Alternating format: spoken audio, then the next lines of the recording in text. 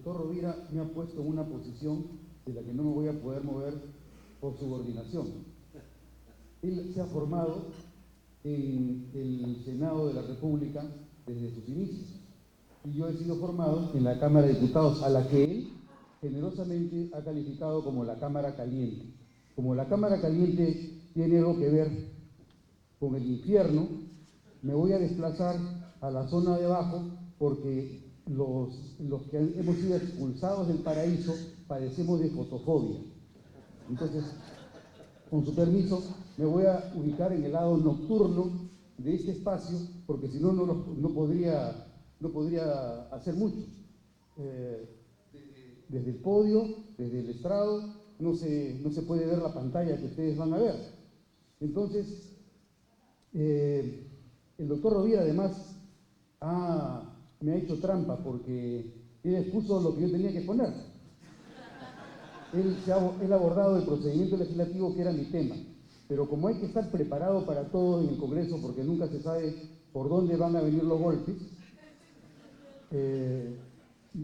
tengo también algunas cuestiones adicionales que exponer que espero que les sean de utilidad. En particular, porque si me centrara en el proceso legislativo, probablemente los aburriría soberanamente, ya que el doctor Rovira lo ha hecho muy bien, y ustedes podrían concentrarse en la parte periférica del proceso legislativo, que es como llegar a un bosque y concentrarse en la hojita de una rama, de un árbol, y perder de vista el bosque. Entonces, lo primero que es importante señalar es que el procedimiento legislativo natural y obviamente tiene que ver con el proceso de aprobación de una ley.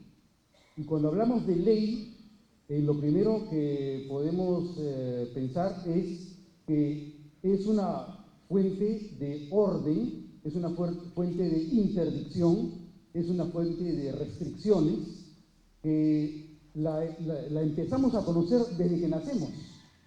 Desde nuestro nacimiento estamos expuestos a una relación antagónica entre el deseo y la ley. El infante desea y el padre y la madre interdictan, le dicen qué pueden querer y qué no pueden querer. Cuando ustedes como legisladores asumen la posición de quien dice qué es la ley, deben definir con claridad qué es lo que se puede desear y qué es lo que no se puede desear. El pueblo, a través de ustedes, va a conocer cuándo puede mamar de la teta, como en el caso del infante que se relaciona con el seno de la madre, y cuándo no debe acceder al seno de la madre. Esa distinción es la que permite que en algunos casos estemos en la posición de la ley del deseo, y en otros casos estemos en la posición del deseo de ley. ¿Cuánto deseo de ley tenemos de manera que la ley del deseo no prevalezca en una sociedad que debe ser ordenada a través del Estado? Entonces, la posición de ustedes es la posición de quien tiene que decir cuál es la forma de acceder al deseo. Cómo desear mejor la ley. Esa ley que permite que haya mayor orden en nuestra sociedad. Si pudiera, por favor, Carlos, pasar a la última de las láminas. La última, que es donde terminó el doctor Rovira. La última. En este diagrama ven ustedes la integridad del proceso legislativo al que ha hecho referencia el doctor Rovira. Tenemos una sección original que es la presentación, tenemos la zona circular donde está el estudio en comisiones, luego del estudio en comisiones el pleno, del pleno pasa la autógrafa del presidente de la República, luego regresa al pleno también la reconsideración. Eso es lo esencial, eso es lo básico que ha indicado el doctor Rovira. Cuando nosotros nos concentramos en las diferentes fases o etapas del proceso legislativo, podemos cometer un grave error. Creer que decir la ley puede hacerse simplemente siguiendo los pasos. O sea, si yo cumplo con lo que dice la Constitución, si yo cumplo con lo que dice el reglamento, basta que yo haya cumplido con el proceso para que eso tenga la calidad de ley. Ahí está el primer error. No es lo mismo llamar ley como ley a algo que es aprobado válidamente, a que algo a lo que yo llamo ley tenga la calidad de ley. Esa es la diferencia entre la forma y la sustancia. Entonces, para que una ley tenga la calidad de ley, debe reunir ciertos requisitos de carácter cualitativo y no solamente basarnos en que se ha cumplido cada una de las etapas del proceso. Por eso es que cuando hablamos del proceso legislativo tenemos que referirnos a un tema aún más amplio, mucho más denso, que es la cuestión de la naturaleza de un proceso y la finalidad que cumplen los procesos para cumplir un objetivo, una meta de carácter corporativo. Carlos, por favor, hacia la lámina número 8, donde hay un diagrama de las relaciones en el estado, más. Otra, siguiente, siguiente. Esta es la situación en la que nos encontramos en este momento. Antes de las elecciones presidenciales de la segunda vuelta, nos encontrábamos en un escenario como el que se marca en la zona superior, toda la zona superior. El sistema y el régimen político permiten, para simplificar, tres grandes opciones.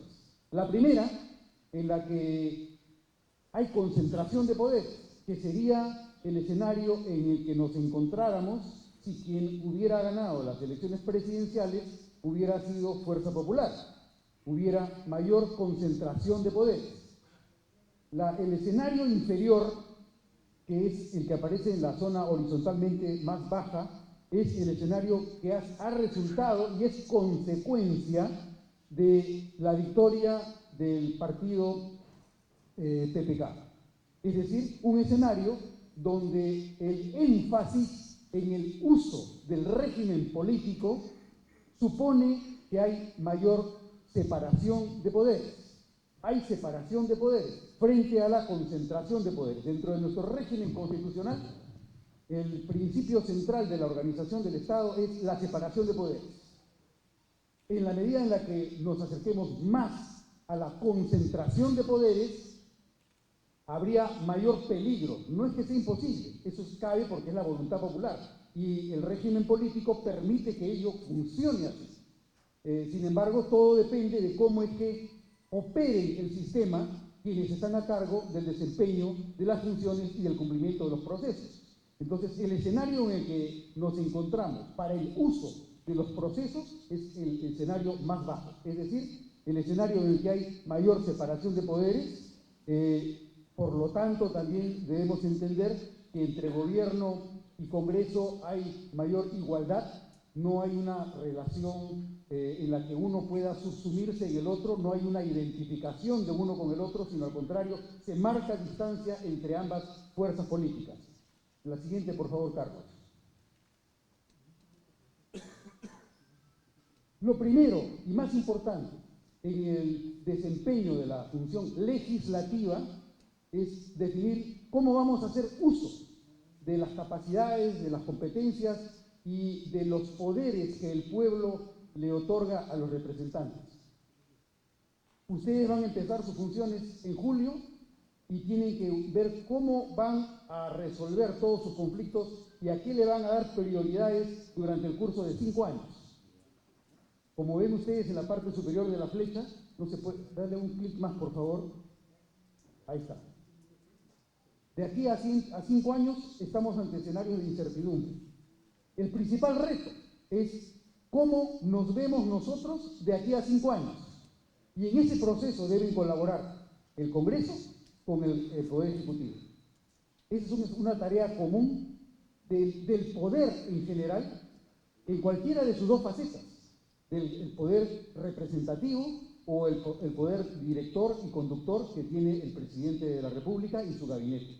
Frente a la incertidumbre, yo puedo diseñar planes y programas que me permitan aminorar los riesgos frente a los cuales me voy a encontrar, para que, como consecuencia del mandato que debo cumplir, el valor que yo le entregue a la ciudadanía que me ha elegido sea superior, en la medida en la que yo pueda ver con mayor claridad esa visión, que tiene por supuesto que ver con los programas de gobierno que tiene cada uno de los partidos a los que ustedes pertenecen, en la medida en la que yo pueda seleccionar, priorizar, programar y calendarizar mis trabajos como institución, como Congreso, en esa misma medida los riesgos de que el Perú no reciba el valor agregado que espera que ustedes le entreguen disminuyen. Que ustedes tengan hoy, como resultado de la visión que ustedes tengan hoy. Esa es la tarea. Siguiente, por favor. Uno de los principales problemas que tiene el Congreso es la falta de confianza y la falta de credibilidad. Entonces, si ese es uno de los principales problemas, no digo que sea un problema de imagen, porque generalmente cuando decimos que el problema del Congreso es un problema de imagen, utilizando los conceptos que trabajaba Platón y Aristóteles, nos estamos enfocando en un problema de apariencias y no un problema del ser. Si yo me concentro y digo es un problema de imagen, entonces pienso que yo puedo solucionar el problema de la apariencia solo con las herramientas de la apariencia. Y en realidad, lo que tú aparentas es un reflejo de lo que tú tienes dentro. Entonces, lo que hay que corregir no es la apariencia, no es la imagen que resulta de lo que somos. Lo que hay que cambiar es el ser. Lo que hay que cambiar es la vida, es lo que se hace, lo que se es, antes que lo que queremos que se diga de lo que somos. Si nos enfocamos en lo que queremos que se diga de lo que somos, es un caso en el que estamos poniendo el buey detrás de la carreta, porque estamos anteponiendo un problema de imagen cuando el problema central es que no somos lo que debiéramos ser para que la imagen sea diferente. Entonces, ese es un principal problema. ¿Cómo conseguir mayor credibilidad? Por eso se señala como un objetivo. Y hoy nos encontramos en una situación en la que tenemos frente a la credibilidad de la que carece el Congreso ante la ciudadanía, tenemos deficiencias en la gestión institucional que se manifiestan y materializan en la manera en la que concebimos cuál es la posición del deseo de ley, cuánta ley deseamos y cuánto nos sometemos a la ley de nuestro propio deseo. El legislador también tiene que pasar por esa decisión.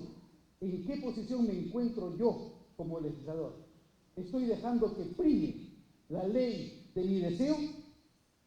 ¿O más bien prefiero yo contar con mayor deseo de ley, de orden, que me permita organizar mejor mi propio trabajo, mi propia contribución, mi propia capacidad de dar valor agregado, de manera tal que el Perú, gracias a la propia concepción de ley que yo manejo, pueda ganar más respecto de lo que tendrá en los 5 años que vienen? Siguiente, por favor. Siguiente. Pasa todas, por favor. Miren, no, la anterior. A lo que me estoy refiriendo es a un concepto de proceso legislativo que no se puede contentar con la noción de procedimiento. Hay un debate viejo entre si es que el Congreso tiene un proceso legislativo o tenemos un procedimiento o varios procedimientos legislativos. Cuando nos quedamos en la noción de procedimiento legislativo, todo lo que cuenta es que identifiquemos cuáles son las diferentes etapas o fases por las que tiene que pasar una iniciativa. Pero cuando hablamos de la noción de proceso legislativo, estamos entendiendo que la dimensión legislativa de la función que deben cumplir los congresistas es parte de una manera de conseguir su propio trabajo. Es decir, que cada acto que se realiza en el Congreso como corporación obedece a una finalidad. cuando concebimos el trabajo del Congreso en relación con una finalidad, entendemos que nada de lo que hagamos está desentendido de esa finalidad. Todo lo que debemos hacer podemos definirlo. ¿Es bueno o es malo?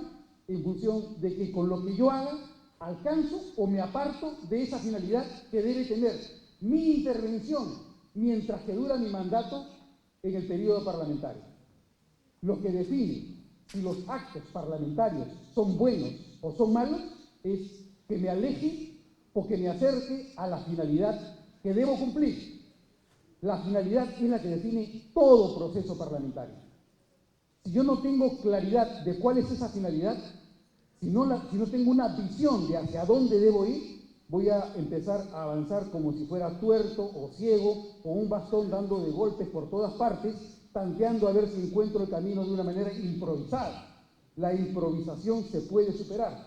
En la charla que tuve la oportunidad de dar a algunos congresistas que asistieron al curso de inducción ante el Jurado Nacional de Elecciones, les mencionaba que el congresista tenía la opción de ir definiendo hacia dónde quería ir.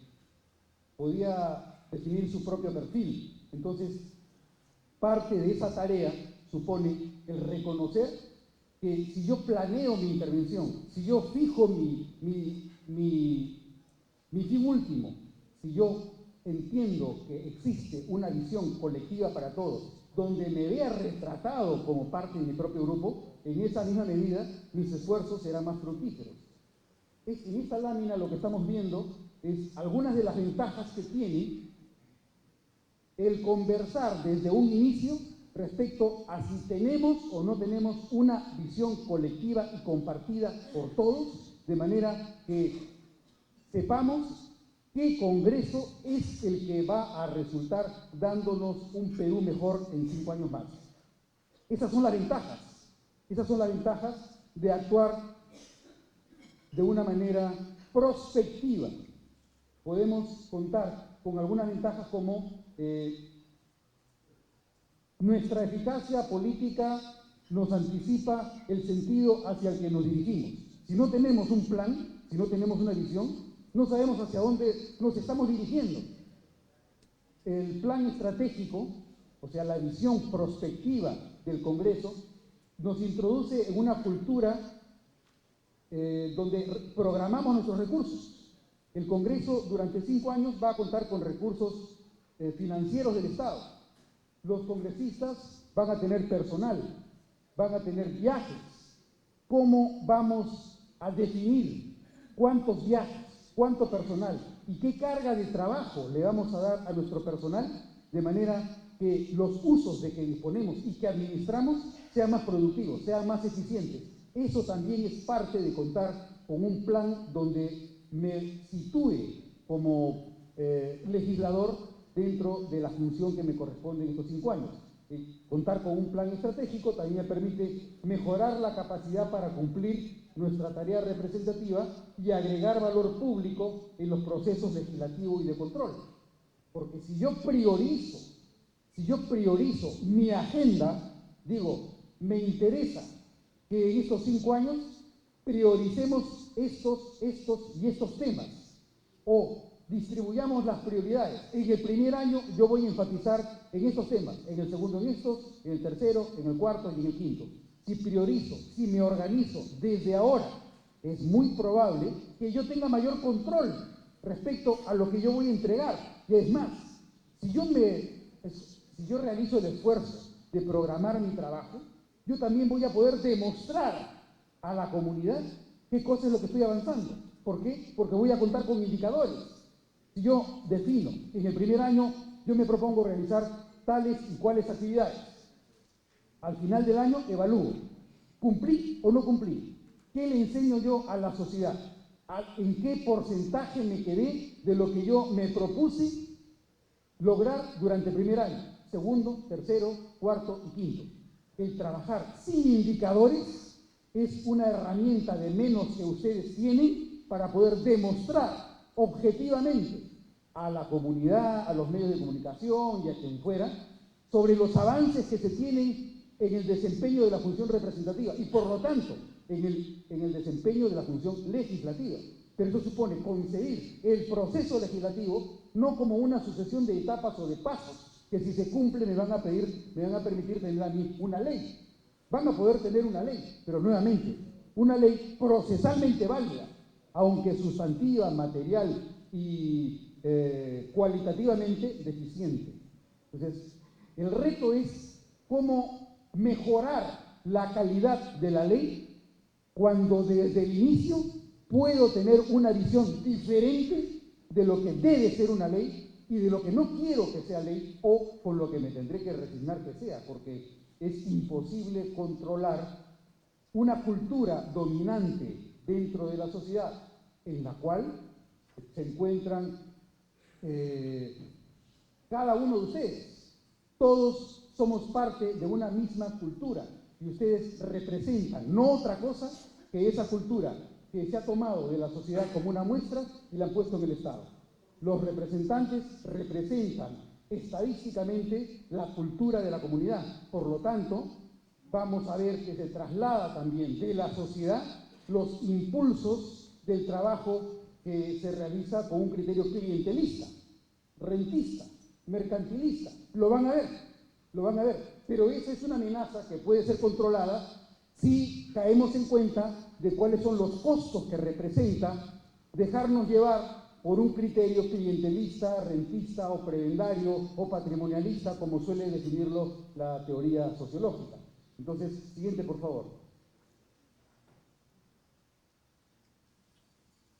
En el proceso de elaboración del plan estratégico que se ha realizado en otras ocasiones, se ha contado con asesoramientos que van desde la elaboración de un proyecto, luego pasa por los asesores de las bancadas, finalmente llega a las comisiones, llega a la mesa directiva, lo aprueba la mesa y lo aprueba el pleno. O sea, esto ya ha funcionado, esto ya se ha hecho, no es un imposible inmaterial, no es un fantasma. Esto ha sido materia de una experiencia que fue la que ocurrió en el periodo del año 2001 al año 2006. Se descontinuó desde el año 2006 hasta el año 2016, pero puede resultar eficaz. Entonces, el objetivo que tengo con esta presentación es hacerles ver que algunas experiencias han resultado ser buenas prácticas para optimizar el trabajo del legislador. Siguiente, por favor. Siguiente. Estos son algunos de los aspectos que pueden ayudarnos a entender los efectos negativos en la calidad de las decisiones parlamentarias. Es una suma de efectos negativos. En algunos casos, la ausencia, lo más importante es la ausencia de un plan inicial para determinar cómo priorizo y cómo programo. Pero parte de ese proceso también supone la revisión de la organización del Congreso, cómo se organiza el Congreso. Por ejemplo, uno de los principales defectos que van a advertir ustedes en algún momento, más próximo que lejano, será la determinación del sistema de comisiones. La lógica que rige la norma en la que se consignan cuáles son las comisiones es una lógica basada en el criterio de cómo voy a distribuir yo proporcionalmente a mis representantes, a los integrantes de mi grupo parlamentario, en todas las comisiones. ¿A cuántas presidencias debo tener yo acceso? Este criterio de definición de comisiones es altamente ineficiente visto desde una perspectiva corporativa, porque si bien es cierto, políticamente se necesita encontrar cupos para ser distribuidos de manera proporcional entre los grupos parlamentarios, no es menos cierto que para ocupar esos cupos se necesita tiempo, personal, dedicación, y esto es todo un problema. Ustedes son 130 representantes. El número de comisiones del que estamos partiendo es 24. La pregunta es, si los ahora 4, 6, que sean grupos parlamentarios, tienen suficiente personal como para atender todas las posiciones que deben ocuparse para que el sistema de comisiones funcione. Si ustedes multiplican el número de miembros de cada comisión, que van entre 15 y 17 para las 24 comisiones, son cerca de 400 posiciones que se tienen que cumplir. Las 400 posiciones tienen que ser cumplidas por los 130 congresistas. Pregunta, ¿pueden los 130 congresistas atender la diversidad de posiciones que se exija que ustedes atiendan en las sesiones de comisión? La respuesta se la da los problemas que tienen las comisiones con el quórum. Hay comisiones como la de inclusión social, me parece, en la que el presidente de la comisión ha mandado una carta diciendo que los grupos parlamentarios deben acreditar a los representantes que les corresponde porque nadie se ha interesado en la comisión. Y eso que era la comisión, si no me equivoco, de inclusión social, que tenía una de las principales prioridades del gobierno que tenemos actualmente. Entonces, hay un grave problema cuando entendemos que el número de comisiones puede atenderse independientemente de la capacidad que tenga el congresista, no solo para asistir, sino para asistir informadamente. En cada sesión de comisión, que usualmente son una por semana, deben verse determinados proyectos, que puede ser 1, 2, 3, 5 proyectos. Pregunta, ¿en qué momento el congresista va a tener tiempo para estudiar los proyectos de manera tal que cuando llegue a la comisión sepa cuáles son los problemas inherentes a las iniciativas que se tienen que debatir? ¿En qué momento estudia todas las iniciativas? En la medida en la que tienen menos tiempo, los problemas de la calidad de los resultados y de la calidad representativa que tienen los productos corporativos disminuye. ¿Por qué? Porque si terminan aprobando los proyectos de ley o los dictámenes de una manera indiscriminada, es decir, si no les resulta suficientemente relevante la participación que ustedes pueden tener en el debate, obviamente se va a aprobar cualquier cosa. Y en muchos casos, lo que demuestra la práctica es que termina aprobándose cualquier cosa, porque cuando llegan los dictámenes al Pleno, el Pleno tiene que debatir lo que debió haber quedado debatido por los grupos parlamentarios en la comisión, por insuficiencias en la calidad del debate, por insuficiencias de carácter informativo en comisiones. Para que las comisiones cumplan la misión que les corresponde, los miembros de las comisiones deben tener una participación informada. Esto supone tiempo. Y si no tienen tiempo, porque tienen que cubrir demasiados puestos, ¿cuál va a ser el resultado cuando voten una iniciativa sin saber con claridad cuáles son las consecuencias de los extremos legislativos que se están debatiendo? Entonces, este es uno de los graves problemas, uno de los primeros problemas que van a tener que enfrentar, junto con algunos otros, como que si ustedes tienen un mandato de 5 años, se necesita que haya un mínimo de estabilidad para que lo que se programa se mantenga durante los 5 años, independientemente de las variaciones que la coyuntura exija que se tenga en consideración. Entonces, uno de los principales problemas que hemos observado en la actualidad, de los últimos años que venimos sirviendo en el Congreso, es que el mandato de las mesas directivas y el mandato de las comisiones dura 1 año. Y como cada mesa directiva ingresa a ocupar estas funciones con la lógica de que tienen la capacidad de orientar la función legislativa o la de control, naturalmente cada mesa directiva va a realizar los cambios que se requieren y esto afecta severamente la estabilidad y la capacidad de tener logros en el largo plazo. Esa lógica de que las mesas directivas deben renovarse cada año, la mantenemos desde fines del siglo XIX, mientras que otros parlamentos, en particular en Europa o en algunos países en el norte, tienen la costumbre de que las mesas directivas duren tanto como el periodo legislativo. Acá se ha ideado la posibilidad de que la mesa directiva no dure 1 año ni 5 años, sino eventualmente la mitad del periodo o 2 años, primero 2 años, segundo 2 años y la última mesa 1 año. Estas son alternativas que están pendientes de evaluación para mejorar la capacidad de organización del trabajo. Siguiente lámina, por favor. Estos son los métodos que tiene el Congreso para realizar su programación. Tenemos instrumentos de programación y tenemos órganos de programación. Entre los instrumentos de programación, los más importantes para ustedes serán los programas de gobierno de los partidos con los que ustedes llegan al Congreso. Esa es su principal herramienta.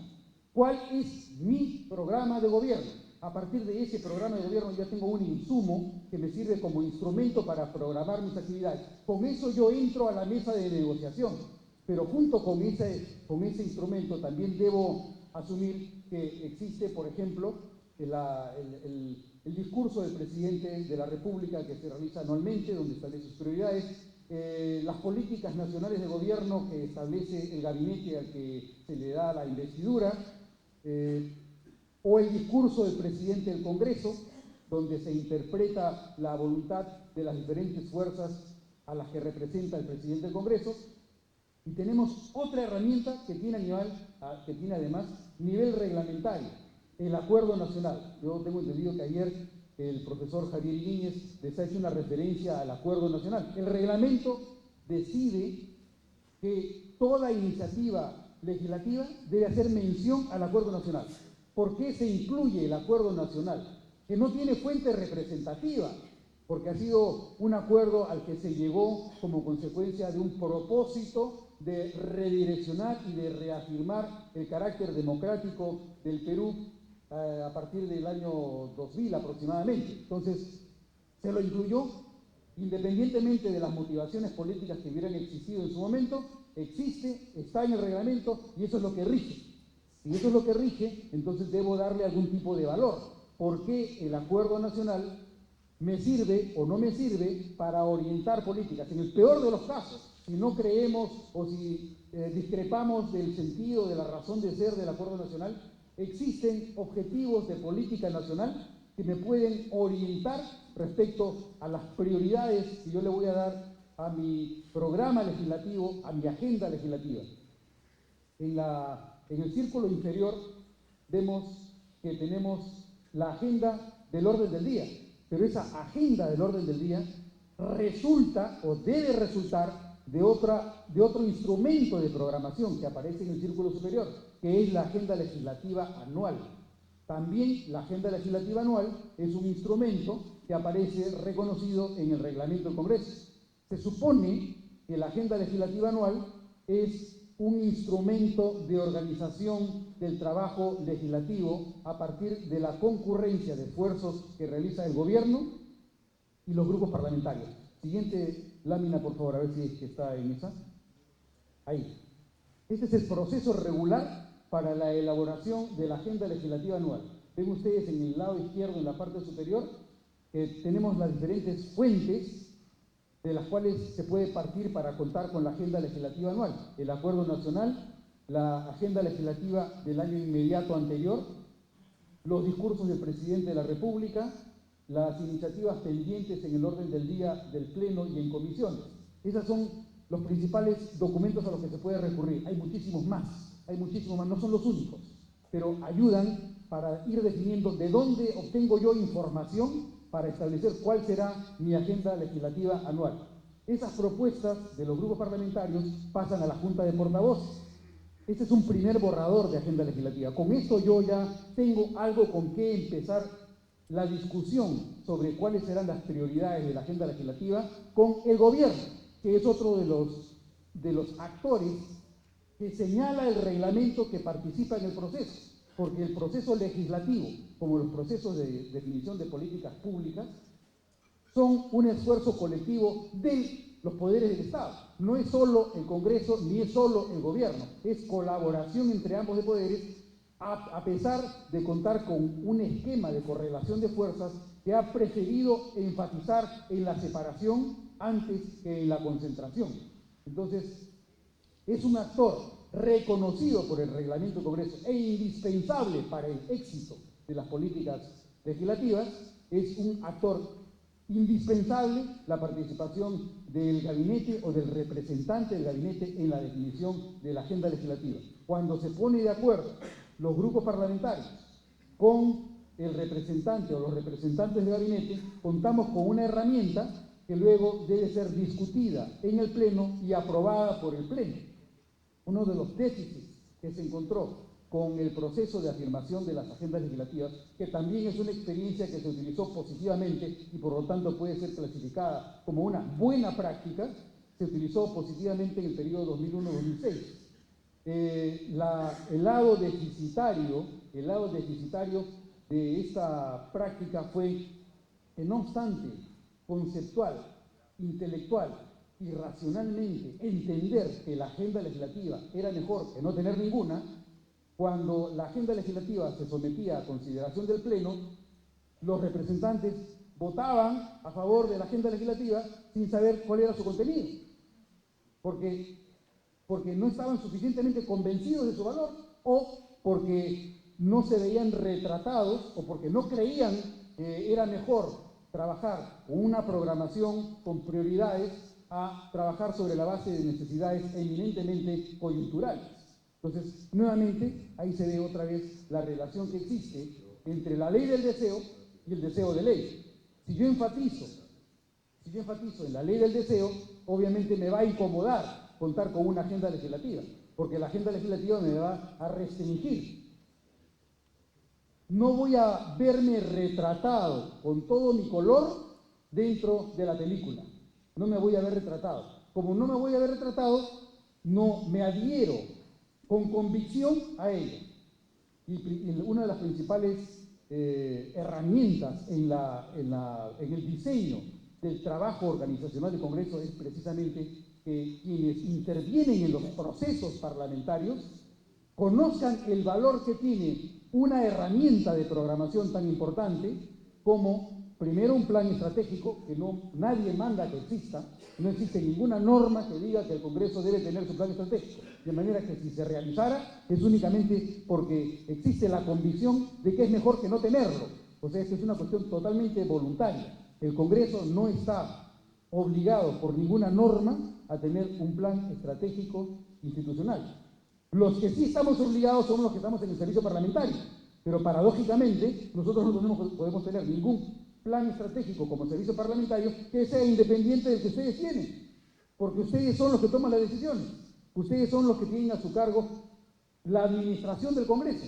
Nosotros no tenemos independencia, a pesar de que el Estatuto del Servicio Parlamentario así lo señala. Nuestra independencia es una independencia restringida respecto de los grandes objetivos que debemos asumir como parte de las decisiones que ustedes toman respecto hacia dónde queremos ir.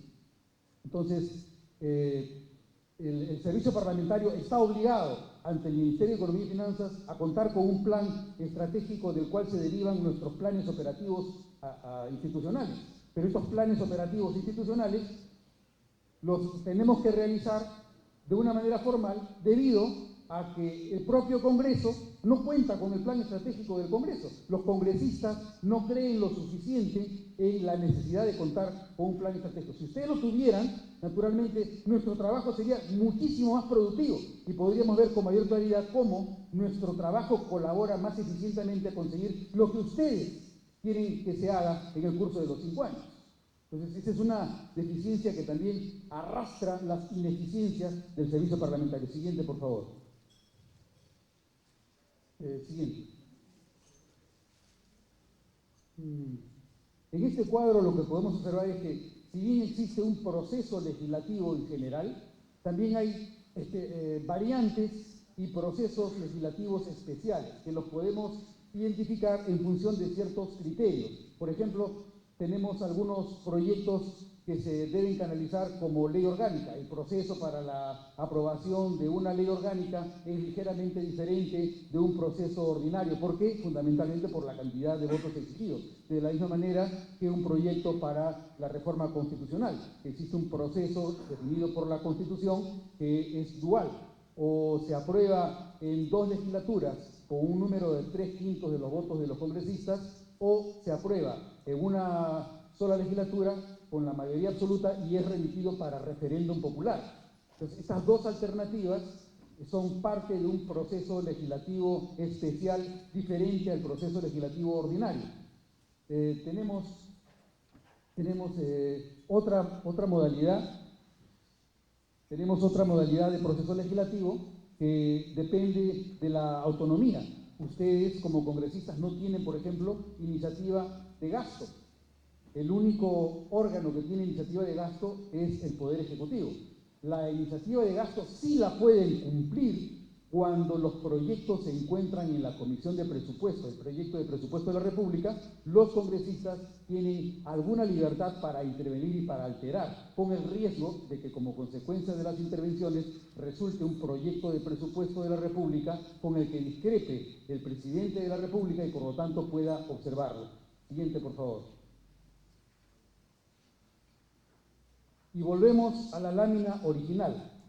En este caso, vamos a pasar revista de una manera muy breve a algunos de los problemas que tenemos en el proceso legislativo.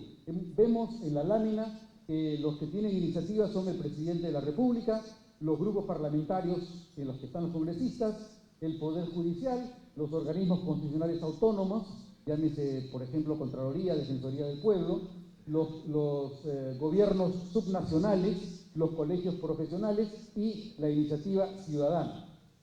El problema que tenemos en la fase de presentación es que a la hora de diseñar los proyectos, usualmente se pierde de vista que deben tener el suficiente sustento como para justificar. Primero que todo, que la iniciativa legislativa es eficaz para solucionar los problemas que se han detectado como merecedores de una solución de carácter legal. En muchos casos se opta por la vía legislativa porque es la que puede cumplir cualquier congresista y puede decir, bueno, estoy cumpliendo con mi trabajo, estoy haciendo mi chamba. Como hago mi chamba, entonces voy a presentar mi proyecto de ley para solucionar un problema de la realidad. La pregunta ¿es la ley la mejor solución frente al problema de la realidad? ¿O existen otras alternativas no legales, más eficientes, más efectivas, más eficaces para solucionar el mismo problema?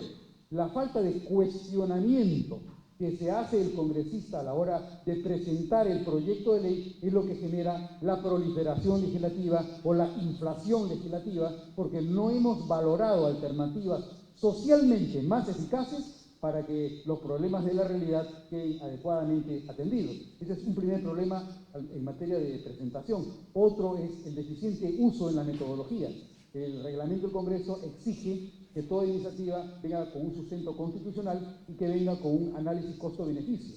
Hay algunos expertos en costo-beneficio que hacen la vida imposible a los despachos de los parlamentarios porque los niveles de exigencia son demasiado elevados. Pero lo central de la metodología del análisis costo-beneficio es que simple y sencillamente se pueda poner en blanco y negro quiénes son los afectados con esa iniciativa, que se sepa quiénes ganan, que se sepa quiénes pierden. Teniendo eso en vista, ya se ha ganado lo suficiente. No ganamos absolutamente nada cuando, saltándonos a la garrocha el requisito del análisis costo-beneficio, todo lo que se dice es la presente iniciativa no genera gasto en el presupuesto público. Esa es una manera risible de atender, no solo risible, vergonzosa, porque el análisis costo-beneficio no supone un análisis del efecto presupuestal, sino que supone a qué parte de la sociedad está afectando y quiénes son los ganadores y quiénes son los perdedores, de manera que si hay perdedores, atendamos también a los requerimientos y a las propuestas que ellos tienen para que socialmente los beneficios de toda la comunidad sean superiores a las pérdidas.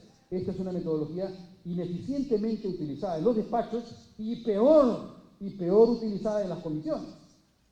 Como el requisito reglamentario no es para que los dictámenes cuenten con análisis costo-beneficio, sino solo los proyectos de ley, obviamente los dictámenes de las comisiones no cuentan con un análisis costo-beneficio. Entonces, cuando llegan las propuestas al Pleno para el debate de los congresistas, no se sabe quiénes son los ganadores, no se sabe cuáles son los perdedores.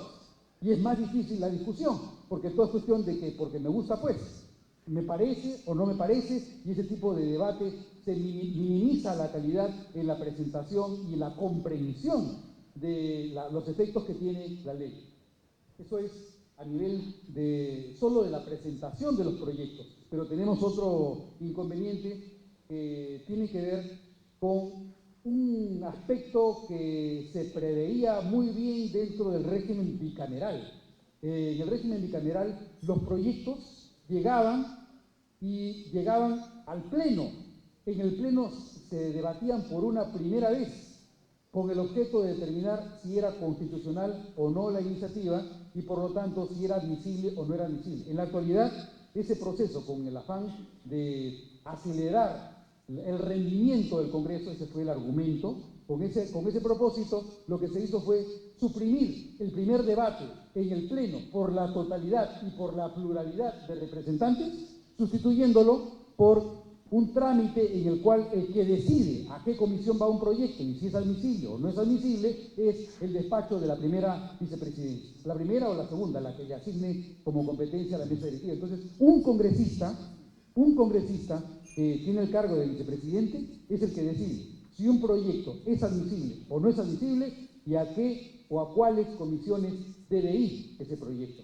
Entonces, aquí tenemos un requisito que puede hacer que efectivamente sea más rápido el proceso legislativo, porque no va a haber un debate más sobre esa iniciativa, pero a la vez que puede ser más rápido, también puede tener problemas de sesgos o de insuficiencia en el análisis de admisibilidad que el Pleno antes realizaba de una primera vista. Bueno, en realidad lo que cabría decir es muchísimo más. En el caso que obviamente ustedes requieran mayores servicios, estamos siempre a disposición de ustedes para colaborar, para darles ideas o sugerencias y escucharlos para tratar de encontrar soluciones comunes. No es posible que cubra todo el procedimiento en detalle, pero lo más importante que quisiera transmitirles es que todos los procedimientos, todas las etapas cumplen una finalidad y en cada una de esas etapas debe procurarse aumentar el valor público con la visión que se tiene y el criterio que se tiene de que la iniciativa, cualquiera que ella fuese, debe servir para alcanzar un fin, un objetivo, una meta que se valorará tanto más cuanto mejor sea la visión de futuro que nos dé esa iniciativa. Con esto dejo terminada mi participación, les agradezco por su atención y estoy a su servicio.